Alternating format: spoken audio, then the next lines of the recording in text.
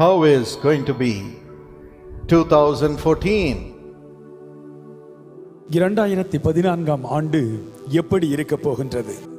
What is God's plan for 2014? 2014ஆம் ஆண்டிற்கான தேவனுடைய திட்டம் என்ன? The Lord has many plans. ஆண்டவர் अनेक திட்டங்களை வைத்திருக்கின்றார். But just a few He asked me to reveal this evening to you. இன்று மாலையிலே சில திட்டங்களை உங்களுக்கு அறிவிக்கும்படியாக ஆண்டவர் எனக்கு சொன்னார். When God reveals His plan, it is our duty to pray and receive it.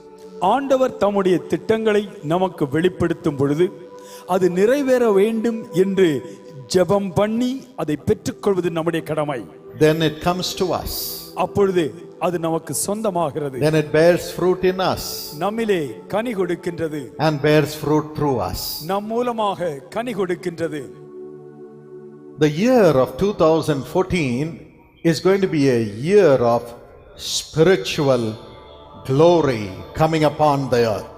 2014ஆம் ஆண்டு பூமியிலே ஆவிக்குரிய மகிமை இறங்கி வருகிற ஆண்டாய் இருக்கும்.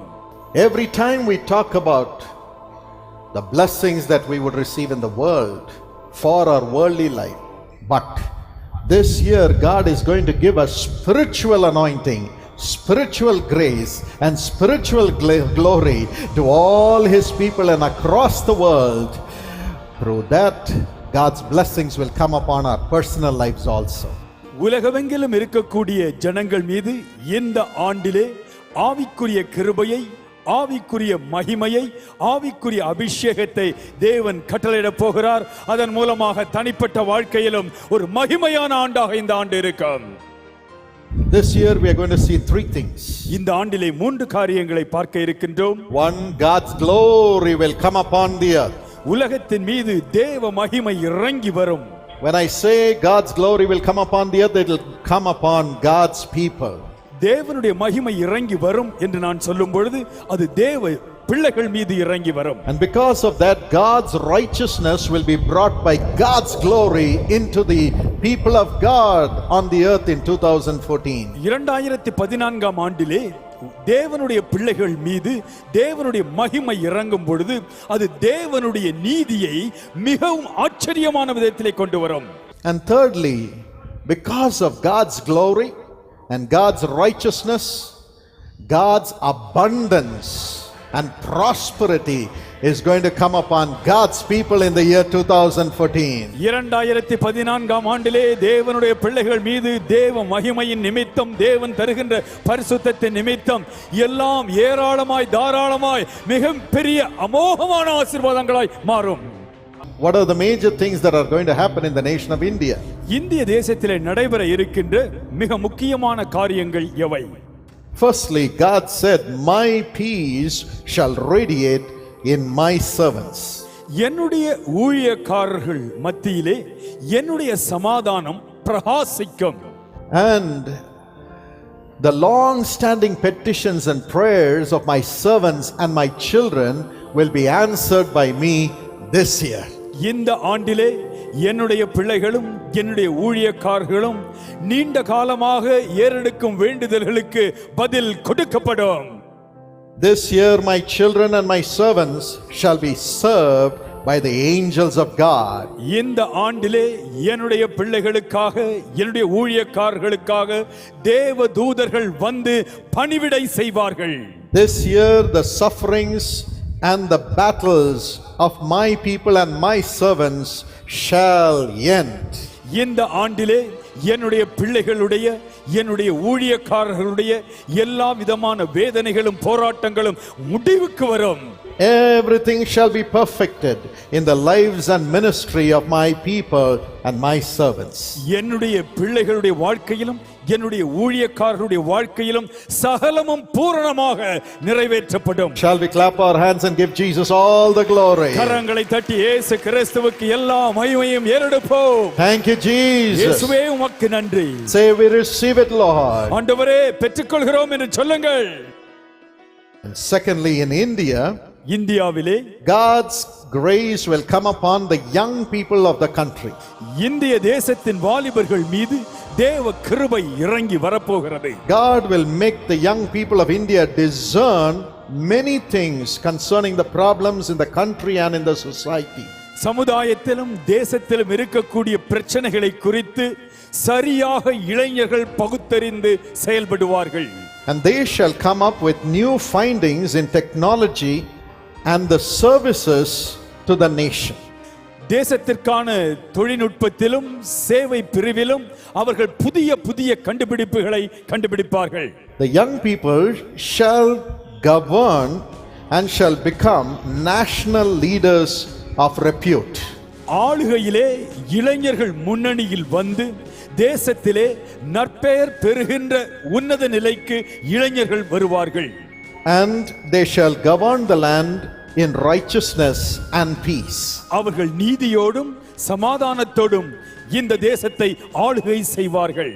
The most important thing is that trends of the life of the people in India will begin to change this year from 2014. இந்த 2014ஆம் ஆண்டிலிருந்து இந்திய மக்களுடைய வாழ்க்கை முறை, வாழ்க்கை தரம் ஒரு நல்ல முன்னேற்றத்தை பெறும். My grace shall come upon those in authority in the land, and they shall be taught to govern this nation with fear and reverence to my name, says the Lord.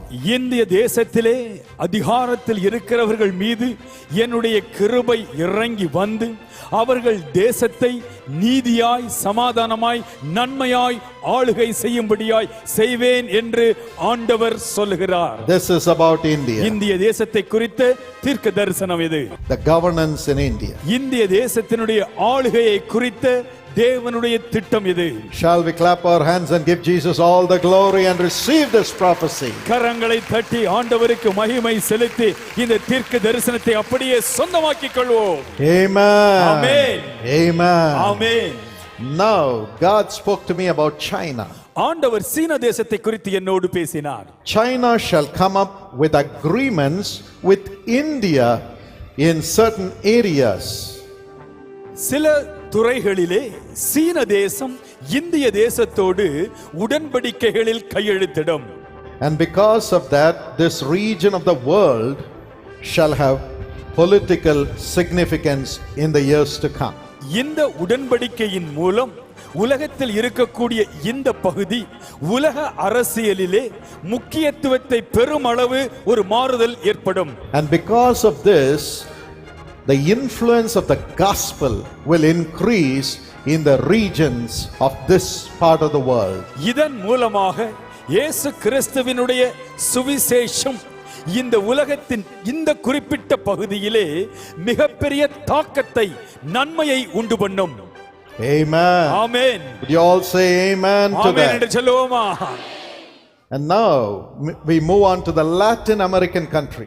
இப்பொழுது தென் அமெரிக்க தேசங்களை குறித்து கவனிப்போம். God says, my peace and joy shall radiate in the Latin American countries and shall usher in growth and development in those countries because of my joy.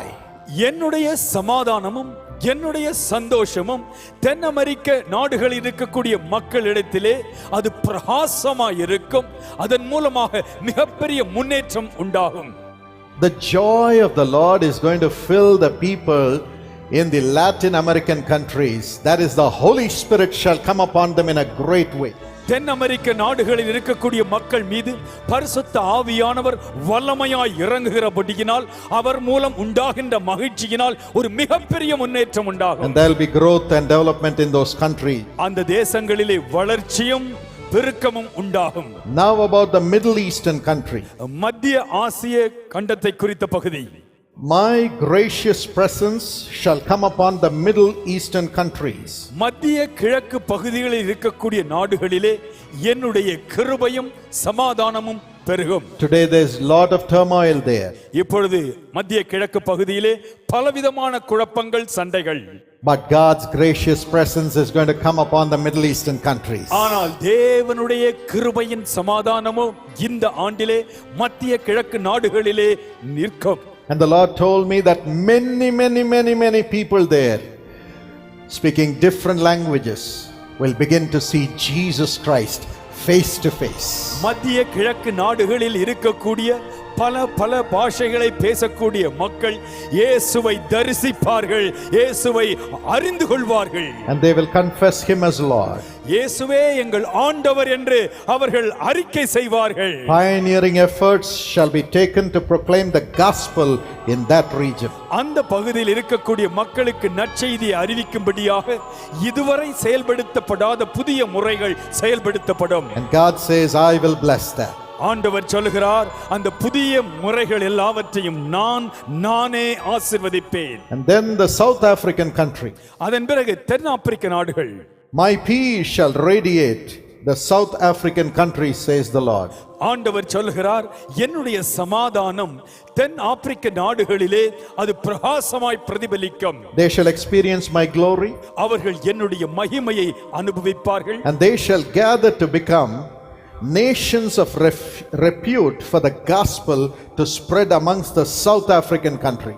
தென் ஆப்பிரிக்க நாடுகளிலே இயேசுவின் சுவிசேஷம் பரவும்படியாக அவர்கள் ஒன்றாக கூடி நல்லிணக்கத்தை உருவாக்கி ஒரு மிகப்பெரிய முன்னேற்றத்துக்கு வழிவகுப்பார்கள். What is God's plan for the world? உலகத்திற்கான தேவனுடைய திட்டம் என்ன?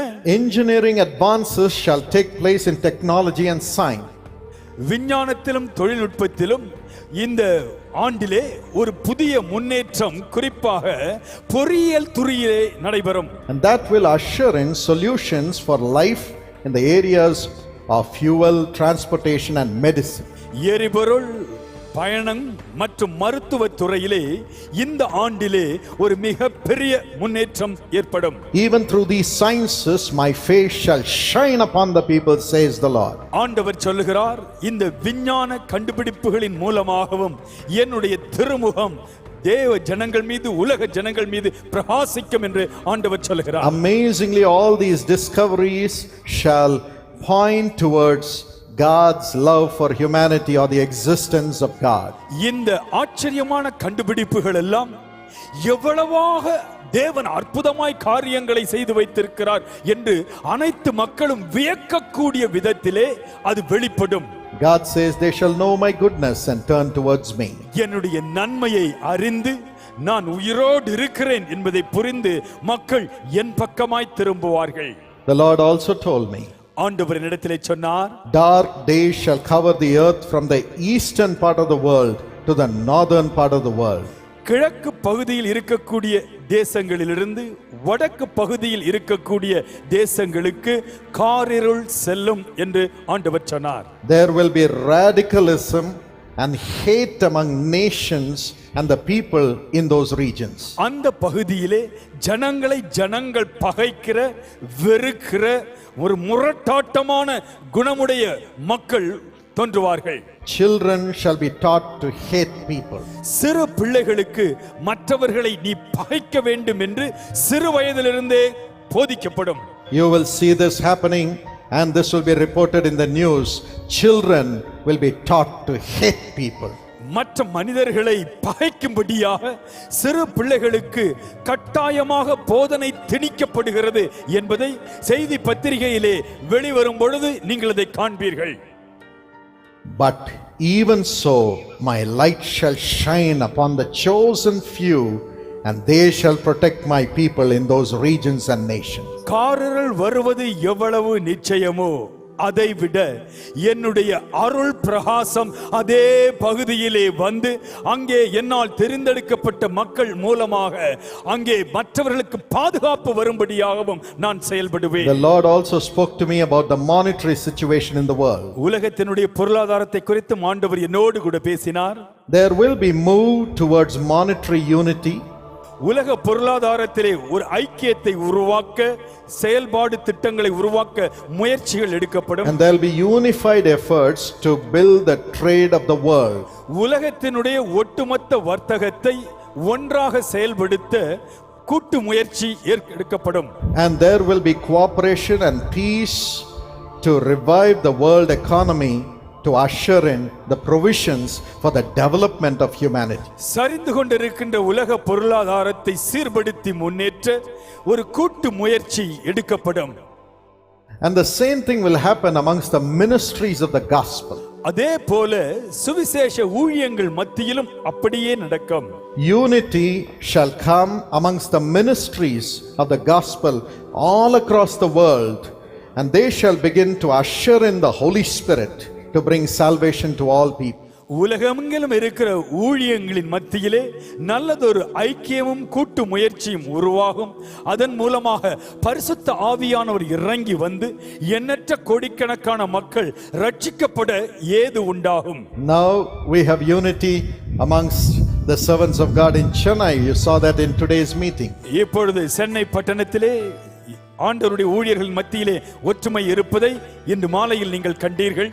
But from now on, there will be unity amongst all the servants of God all across the world, and they shall join together to bring the Holy Spirit to the world to usher in the second coming of Jesus Christ. என்று முதல் உலகமெங்கிலும் இருக்கிற அனைத்து தேவ ஊழியர்கள் மத்தியிலே ஒற்றுமை உயர்ந்திருக்கும். அதன் மூலமாக பரிசுத்த ஆவியானவர் இறங்கி வந்து இயேசு கிறிஸ்துவின் இரண்டாம் வருகைக்கு ஜனங்களை ஆயத்தப்படுத்துவார். Shall we shout a big hallelujah for this act of God? தேவன் செய்ய போகிற மகத்தான காரியத்திற்காக ஆண்டவருக்கு ஒரு ஹல்லேலூயா சொல்லுவோம். ஹல்லேலூயா, Hallelujah. Hallelujah. Doors shall open through the cooperation of the world ministries, and they shall implement strategic plans for economic development and projects in the nations, which will open the doors of the nations for the preaching of the gospel. உலகமெங்கிலும் இருக்கக்கூடிய ஊழிய துறைகளிலே ஒரு ஒற்றுமை உருவாக்கப்பட்டு அவர்கள் ஆக்கப்பூர்வமான செயல் திட்டங்களை செய்வதிலே ஆவிக்குரிய காரியம் மட்டுமல்ல, பொருளாதார மற்றும் மனித நல முன்னேற்றத்திற்கான திட்டங்களை எந்த இடம் எந்த தேசங்கள் சுவிசேஷத்திற்காக கதவுகளை திறக்கிறதோ அந்த இடங்களில் செயல்படுத்துவார்கள். In every part of the world and in every country, mark my word, every country, God says, my glorious gospel shall descend as pockets and shall penetrate through the darkness in that country from this year. இந்த ஆண்டிலிருந்து உலகத்தினுடைய எல்லா பகுதிகளிலும் ஒரு குறிப்பிட்ட பகுதியிலே என்னுடைய மகிமையான சுவிசேஷம் இறங்கி வந்து அங்க இருக்கக்கூடிய காரிருள் மத்தியிலே பேரொளியாக அது பாய்ந்து செல்லும் என்று ஆண்டவர் சொல்கிறார். Yes, every country there will be pockets from this year where the gospel will penetrate. இந்த ஆண்டிலிருந்து எல்லா தேசங்களிலும் ஆங்காங்கே குறிப்பிட்ட இடங்களிலே தேவ மகிமையின் சுவிசேஷம் இறங்கி வந்து அது ஊடுருவி பாய்ந்து செல்லும். And from there it will penetrate and expand across each nation. அந்த இடத்திலிருந்து புறப்பட்டு அந்த தேசத்தின் எல்லா இடங்களிலும் மூலை முடுக்குகளுக்கும் அது பரவி செல்லும். Shall we praise God for this plan of God, shouting a big hallelujah? Hallelujah. Amen. Amen. Finally, இறுதியாக God said, ஆண்டவர் சொல்கிறார், for all this my righteousness shall be required from every ministry. ஒவ்வொரு ஊழியத்திலும் என்னுடைய பரிசுத்தம் காணப்பட வேண்டும். அதுவே என்னுடைய இந்த தீர்க்க தரிசன திட்டங்களை நிறைவேற்றுவதற்கு அவசியமாயிருக்கும். My righteousness shall be demanded by me from every servant of God in every nation. ஒவ்வொரு தேசத்திலும் இருக்கக்கூடிய ஒவ்வொரு ஊழியனும் என்னுடைய பரிசுத்தத்தின்படி வாழ வேண்டும் என்பது என்னுடைய எதிர்பார்ப்பாய் இருக்கிறது. Then I will be able to usher in my glory across the nations, redeem humanity as well as to redeem the nation. அப்பொழுது என்னுடைய மகிமையானது இறங்கி வந்து மனுக்குலத்தை மீட்டெடுத்து என்னுடைய வருகைக்கென்று அவர்களை ஆயத்தப்படுத்துவேன். This is God's plan for 2014. இதுதான் 2014ஆம் ஆண்டுக்கான நம்முடைய தேவனுடைய திட்டமாயிருக்கிறது. Shall we clap our hands and give Jesus all the glory? கரங்களை தட்டி ஒரே மெய் தெய்வமாய் இயேசு கிறிஸ்துவுக்கு நன்றி செலுத்துவோம், மகிமை செலுத்துவோம். God is going to do it through you and through me. உங்கள் மூலமாக என் மூலமாக தேவன் இதை செய்ய போகிறார். We have come here not only to pray for us. நாம் நமக்காக பிரார்த்தனை செய்வதற்காக மட்டும் இங்கே வரவில்லை. Jesus calls us praying for the world. இயேசு அழைக்கிறார் ஊழியம் உலக மக்கள் அனைவருக்காக பிரார்த்தனை செய்யும் இயக்கம். And most of you, I'm sure all of you are partners of Jesus' call. நீங்கள் அனைவரும் இயேசு அழைக்கிறார் ஊழியத்தோடு இணைந்திருக்கக்கூடிய பங்காளர்கள். We are not here just to declare this prophecy, இந்த தீர்க்க தரிசனத்தை சொல்லுவதற்காக மட்டும் நாங்கள் இங்கே வரவில்லை, but to pray that it will happen. இந்த தீர்க்க தரிசன அம்சங்கள் ஒவ்வொன்றும் அப்படியே நிறைவேற பலிக்கும்படியாக ஜெபம் பண்ண போகிறோம். As we pray now, நாம் இப்பொழுது ஜெபம் செய்யும் பொழுது all these promises of God will come into you and your family. தேவனுடைய இந்த எல்லா வாக்குத்தத்தங்களும் உங்களுக்குள்ளும் உங்கள் குடும்ப அங்கத்தினர்களுக்குள்ளும் நிறைவேறும். இந்த தீர்க்க தரிசனங்கள் எல்லாவற்றையும் நிறைவேற்ற சுவாமி என்று சொல்லி நாம் ஜெபம் பண்ணும்படி வந்திருக்கிறோம். அப்படி ஜெபம் பண்ணும் பொழுது ஆண்டவர் உங்கள் வாழ்வில் உங்கள் குடும்பத்தில் அந்த தீர்க்க தரிசனங்களின் பலனை அனுபவிக்கும்படி ஆண்டவர் அருள் புரிய போகிறார். எல்லாரும் கரங்களை உயர்த்துவோம். Everybody, எல்லாரும் கரங்களை உயர்த்துவோம். we all lift up our hands நாம் அனைவரும் கரங்களை உயர்த்துவோமா and say with a loud voice, உரத்த குரலிலே சொல்லுவோம், Lord Jesus, ஆண்டவர் இயேசுவே. you are the word. சொல்லுங்கள், ஆண்டவர் இயேசுவே, You are the word. நீர்தான் வார்த்தை. You have spoken. உம்முடைய வார்த்தையை அனுப்பி இருக்கிறீர்.